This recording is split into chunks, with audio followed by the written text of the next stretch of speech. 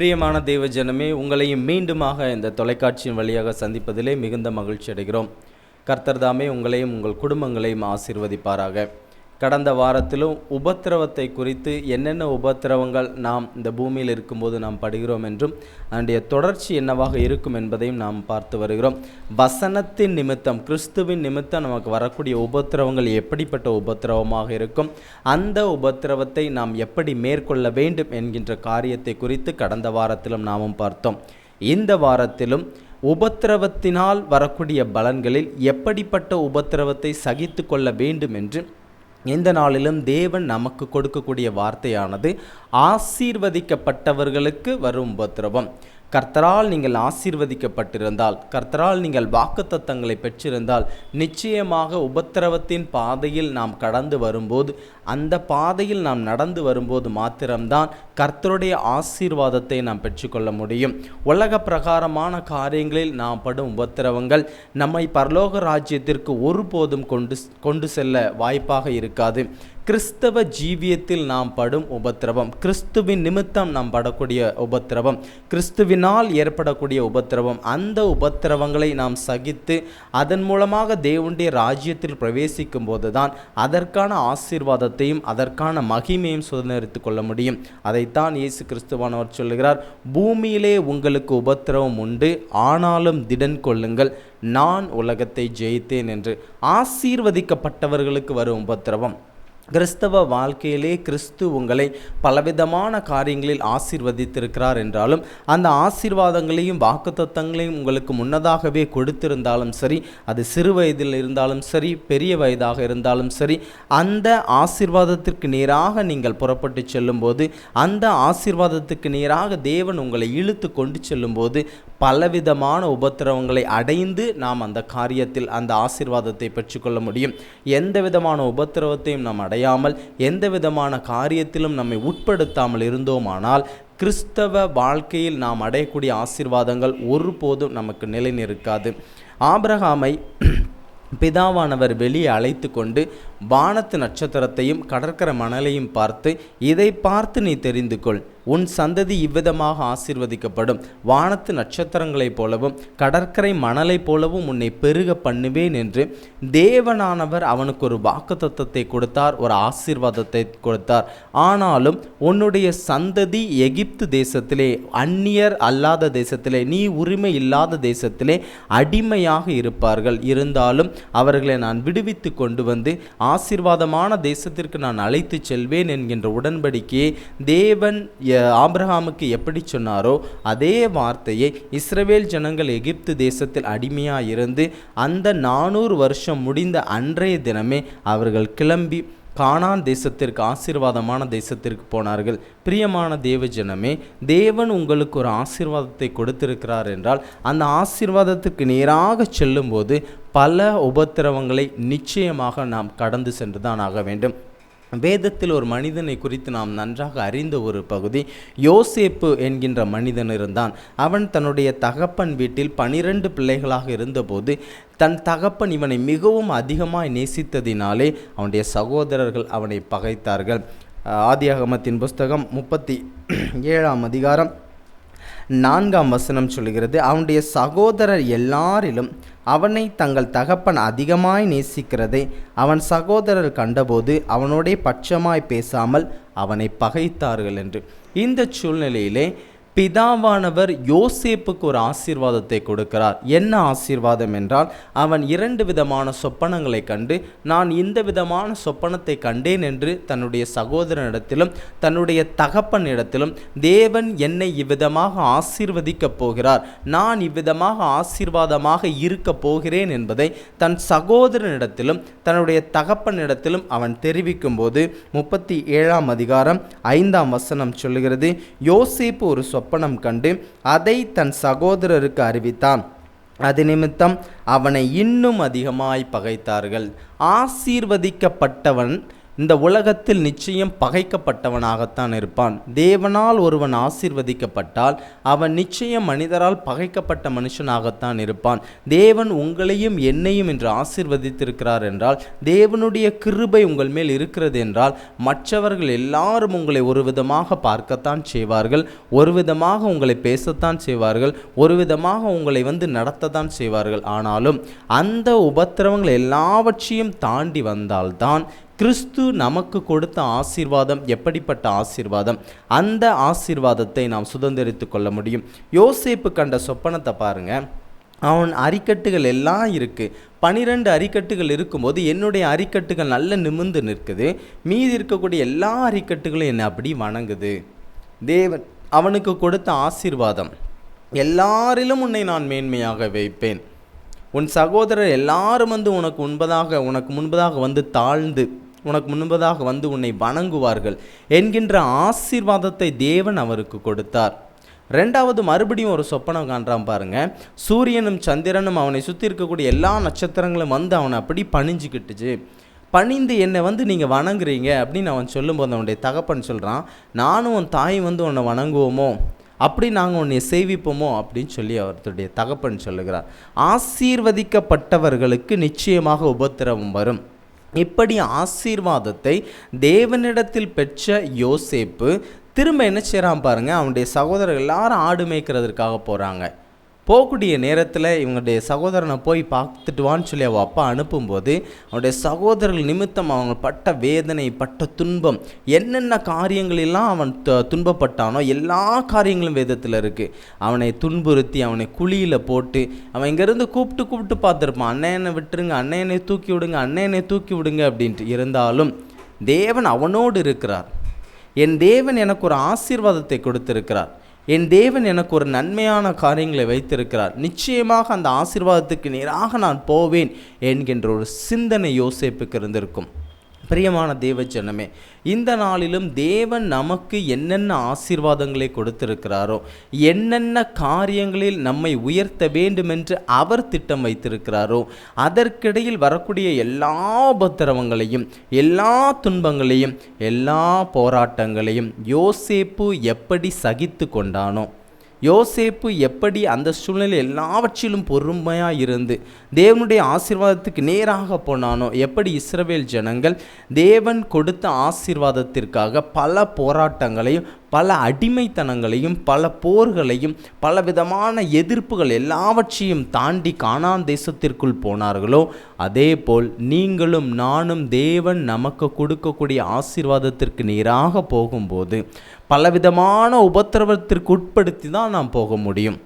என்ன ஆண்டவர் இப்படி நடக்குது, ஆண்டவர் என்னை ஆசீர்வதித்திருக்கிறார், ஆனாலும் எனக்கு இப்படிப்பட்ட காரியங்கள் நடக்கிறது என்று அவிவிசுவாசமாக நாம் இருந்தோமானால் நிச்சயமாக அந்த ஆசீர்வாதங்கள் நமக்கு நிறைவேறாது. இவனை பாருங்கள், தூக்கி என்ன செய்கிறாங்க, குழியில் போட்டுருந்தாங்க. குழியில் போட்டதுக்கப்புறம் தேசத்தில் வழிபோக்கராக வரக்கூடிய அவங்ககிட்ட என்ன செஞ்சுறாங்க, விற்று போட்டுறாங்க. அங்கே போய் அவன் பார்வோனுடைய அரண்மனையில் இருக்கான். அரண்மனையில் இருக்கும்போது அவனுடைய மனைவி நிமித்தமாக இவனுக்கு துன்பம் வருது. சிறைச்சாலைக்கு போகிறான். சிறைச்சாலையில் இருக்கும்போதும் அவனுக்கு துன்பம் வருது. திரும்ப தேவன் அவனை பலவிதமான காரியங்களை உயர்த்தினார். எல்லா உபத்திரவத்திலும் அவன் செய்யக்கூடிய எல்லா காரியங்களிலும் பரிசுத்தமாயும் நீதியுமாயும். ஏனென்றால் தேவன் என்னை ஆசீர்வதித்திருக்கிறார். என் தேவன் நான் சிறு வயதாக இருக்கும்போதே எனக்கு ஆசீர்வாதத்தை எனக்கு கொடுத்திருக்கிறார். சொப்பனத்தின் மூலமாக நீ இப்படித்தான் இருக்க போகிறாய் என்கின்ற ஆசீர்வாதத்தை எனக்கு கொடுத்து விட்டார். ஆனாலும் இந்த உபத்திரவத்தில், எல்லா உபத்திரவத்திலும் தேவன் என்னோடு இருப்பார் என்கின்ற எண்ணம் யோசேப்புக்கு இருந்தது. அப்படிப்பட்ட எண்ணம் தான் உபத்திரவப்படுகிற நமக்கும் இருக்க வேண்டும். ஏனென்று சொன்னால் அப்போஸ்தல நடபடிகளின் புஸ்தகம் 7ஆம் அதிகாரம், அப்போஸ்தல நடபடிகளின் புஸ்தகம் 7ஆம் அதிகாரம் 9ஆம் வசனம் 10ஆம் வசனம் சொல்லுகிறது, அந்த கோத்திர பிதாக்கள் பொறாமை கொண்டு யோசேப்பை எகிப்துக்கு கொண்டு போகும்படி விற்று போட்டார்கள். இங்கே யோசேப்பை குறித்து சொல்லப்படுது பாருங்க. அந்த கோத்திர பிதாக்கள், எந்த கோத்திர பிதாக்கள்?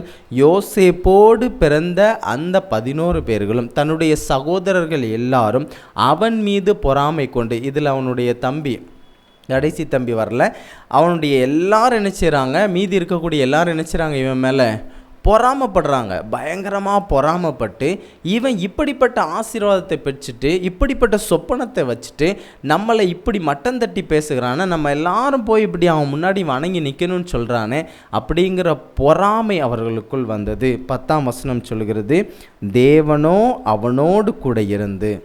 தேவன் என்ன செய்கிறாரு? அவனோடு கூட இருக்கிறார். நான் உன்னை ஆசீர்வச்சிருக்கேன், நான் உன்னை நன்மையால் நிரப்ப போகிறேன், எப்போதும் நான் உன்னோடு தான் இருப்பேன். தேவன் நமக்கு சொல்லக்கூடிய வார்த்தை என்ன? நீ துன்பப்படும் போதும், நீ துயரப்படும் போதும், நீ உபத்திரவத்திற்குள் போகும்போதும் உனக்கு ஆசீர்வாதத்தை, நான் என்ன ஆசீர்வாதத்தை வைத்திருக்கிறேனோ அந்த ஆசீர்வாதத்திற்கு நேராக நீ போகும்போது எப்போதும் நான் உன்னோடு கூட இருப்பேன். அடுத்து பாருங்க, தேவன் அவனோடு கூட இருந்து எல்லா உபத்திரவத்தினின்றும் அவனை விடுவித்து எகிப்தின் ராஜாவாகிய பார்வோனின் சமூகத்தில் அவனுக்கு கிருபையும் ஞானத்தையும் அருளினார். அந்த ராஜா அவனை எகிப்து தேசத்திற்கும் தன் வீட்டனைத்திற்கும் அதிகாரியாக ஏற்படுத்தினான். என்ன ஒரு காரியம் பாருங்க, இந்த யோசேப்பு எல்லா சூழ்நிலையிலும் தேவன் அவன் கூட இருந்து அவனுடைய எல்லா உபத்திரவத்திலும், அவன் பட்ட சகல கஷ்டத்திலும் சகல துன்பத்திலும் தேவன் அவனோடு கூட இருந்து, என் பிள்ளைக்கு நான் ஆசீர்வாதத்தை கொடுத்துருக்கேன், என் பிள்ளையை நான் நன்மையால் நிரப்புவேன் என்று சொல்லியிருக்கேன், எல்லாரும் வந்து அவனை வணங்குவாங்கன்னு சொல்லியிருக்கேன்.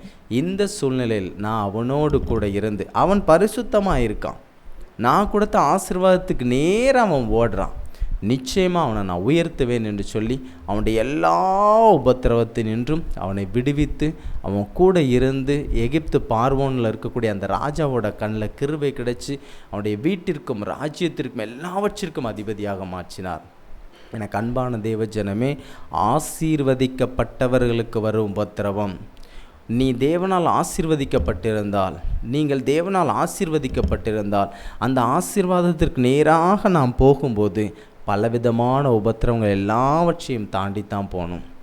எந்த ஒரு காரியமும் இயேசு கிறிஸ்துவானவர், பிதாவானவர், பரிசுத்த ஆவியானவர் எளிமையாக நமக்கு தந்துவிட மாட்டார். நாம் அதற்கு பாத்திரவானாக இருக்க வேண்டும், அதற்கு நம்மை தகுதிப்படுத்தி கொள்ள வேண்டும். தேவன் ஆசீர்வதிக்கும் போது நம்முடைய யோசேப்புக்கு சின்ன வயசுலேயே ஆசீர்வாதம் கொடுத்துட்டார், அவனுடைய இளம் வயதிலே அவனுக்கு ஆசீர்வாதம் கொடுத்துட்டார். இருந்தாலும் அவன் திருமணம் ஆகிறதற்கு முன்னக்கூட்டி வரைக்கும் எவ்வளவு விதமான போராட்டத்தினாலும் எவ்வளவு விதமான துன்பத்தினாலும் அவனுடைய வாலிப பிரயாயத்திலே எந்தெந்த காரியங்களில் என்ன விதமான உபத்திரவத்தையெல்லாம் அனுபவிக்க வேண்டுமோ எல்லா உபத்திரவத்தையும் அனுபவித்து மிகப்பெரிய ஆசீர்வாதத்திற்குள்ளாக யோசேப்பு கொண்டு போகப்பட்டார். அப்படிப்பட்ட உபத்திரவத்தை அவர் தாங்கினதினால்தான் தேவன் அவருக்கு மிகப்பெரிய ஆசீர்வாதத்தை வைத்தார். இன்றைக்கி உங்களுக்கும் எனக்கும் தேவன் ஆசீர்வாதம் கொடுத்திருக்கிறார் என்றால் அந்த ஆசீர்வாதத்துக்கு நேராக நம்ம போகும்போது அதற்கு விரோதமாக வரக்கூடிய எல்லா தடைகளையும் நாம் நீக்கி போட்டு, ஆண்டவர் எனக்கு கொடுத்துருக்க ஆசீர்வாதம், இந்த துன்பங்கள், துயரங்கள், இந்த உபத்திரவங்கள் எல்லாம் எனக்கு பெரிதே இல்லை. தேவன் சொல்லிய வார்த்தை, பூமியில் உங்களுக்கு உபத்திரவம் உண்டு, ஆனாலும் திடன் கொள்ளுங்கள், நான் உலகத்தை ஜெயித்தேன் என்று சொன்னார். ஆசீர்வதிக்கப்பட்ட எனக்கு துன்பம் வரும், ஆசீர்வதிக்கப்பட்ட எனக்கு நிந்தனைகள், போராட்டங்கள் எல்லாம் வரும். ஆனாலும் இறுதியிலே தேவன் எனக்கு மிகப்பெரிய ஆசீர்வாதத்தை வைத்திருக்கிறார். அவருடைய ராஜ்யத்தில் பங்குள்ளவனாக, அவருடைய ராஜ்யத்தில் பங்குள்ள மகளாக என்னை மாற்றும்படிக்கு இந்த உபத்திரவங்கள் என்னை எதுவுமே செய்யாது. கர்த்தருடைய அன்பை, கர்த்தருடைய அரவணைப்பை விட்டு, கர்த்தருடைய அன்பை விட்டு, கர்த்தருடைய கிருபையை விட்டு நம்மை பிரிப்பது எது? உபத்திரவமோ, துன்பமோ, துயரமோ எதுவாக இருந்தாலும் சரி, என் தேவனுடைய அன்பை விட்டு என்னை ஒரு காலம் பிரிக்காது என்று தேவனோடு நாம் இருந்தால், தேவன் நம்மோடு இருந்தால், யோசேப்பை எப்படி அவனுடைய உபத்திரவத்தினின்று எல்லாம் கர்த்தர் காப்பாற்றி அவனை ஆசீர்வதித்தாரோ அதே போல் உங்களையும் என்னையும் காப்பாற்ற வல்லமை உள்ளவராய் இருக்கிறார். ஜெபம் செய்வோமா? அன்பின் பரலோக பிதாவை துதிக்கிறோம், சோஸ்தரிக்கிறோம் அப்பா. ஒருவராய் பெரிய அதிசயங்கள் செய்கிறவரே உம்மை துதிக்கிறோம் அப்பா. நீர் இல்லாமல் எங்களால் ஒன்றும் செய்ய முடியாதப்பா. ஆண்டவரே, நாங்கள் ஆசீர்வதிக்கப்பட்டவர்களாய் இருக்கிறோம் அப்பா. அந்த ஆசீர்வாதத்திற்கு நேராக நாங்கள் செல்லும்போது எங்களுக்கு வரக்கூடிய எல்லா உபத்திரவத்தினின்றும், எங்களுக்கு வரக்கூடிய எல்லா துன்பத்தினின்றும் எங்களையும் விடுவித்து நீர் காப்பாற்றுகிற தயவுக்கு நமக்கு நன்றி செலுத்துகிறோம் ஆண்டவரே. யோசேப்புக்கு நீர் ஒரு ஆசீர்வாதத்தை கொடுத்தீர் ஆண்டவரே. அவன் இள வயதில் இருக்கும்போது அவனுக்கு ஒரு ஆசீர்வாதத்தை கொடுத்த தேவன், அவன் எல்லா துன்பத்திலும், அவன் பட்ட எல்லா வேதனையிலும், அப்போஸ்தலர் 7:9-10 சொல்லப்பட்டது போல, அவனுடைய எல்லா துன்பத்திலிருந்தும், அவனுடைய எல்லா உபத்திரவத்தினின்றும் தேவன் அவனை விடுவித்து அவனோடு கூட இருந்து என்று சொன்ன வார்த்தையின்படி எங்களுக்கு நீர் கொடுத்த ஆசீர்வாதத்தை நாங்கள் பெற்றுக்கொள்ளாதபடிக்கு, எங்களுக்கு வரக்கூடிய உபத்திரவத்திலும் துன்பத்திலும் துயரத்திலும் உம்மை விட்டு நாங்கள் விலகாதபடிக்கு எப்போது உம்மோடு இருக்க நீர் கிருபை கொடுக்கணுமா ஜெபிக்கிறோம் ஆண்டவரே. இஸ்ரவேல் ஜனங்கள் எப்படி உடன்படிக்கையை பெற்று அந்த எகிப்து தேசத்திலே அடிமைகளாக இருந்து ஆசீர்வதிக்கப்பட்ட அந்த கானான் தேசத்திற்குள் போனார்களோ, அதே போல் நாங்களும் உம்மிடத்தில் ஆசீர்வாதத்தை பெற்றுக்கொண்ட உம்முடைய பிள்ளைகளாகிய நாங்கள் உம்முடைய தேவனுடைய ராஜ்யத்திற்கு பங்குள்ளவர்களாகி மாற இந்த உலகத்தில் இருக்கக்கூடிய எல்லா உபத்திரவத்தினின்றும் நீர் எங்களை விலக்கி பாதுகாத்து கொள்ளுமா ஜெபிக்கிறோம் அப்பா.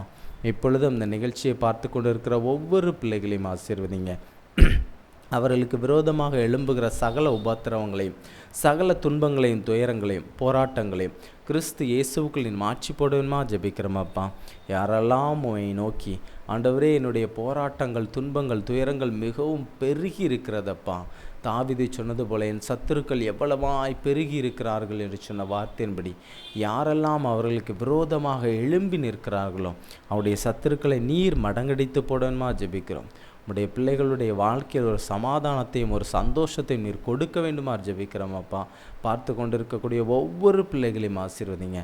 மனதில் என்ன காரியங்களை குறித்து வேதனைப்பட்டு கொண்டிருக்கிறார்களோ அந்த வேதனைகள் எல்லாவற்றையும் நீர் களிப்பாக மாற்ற வேண்டுமா ஜெபிக்கிறோம் ஆண்டவரே.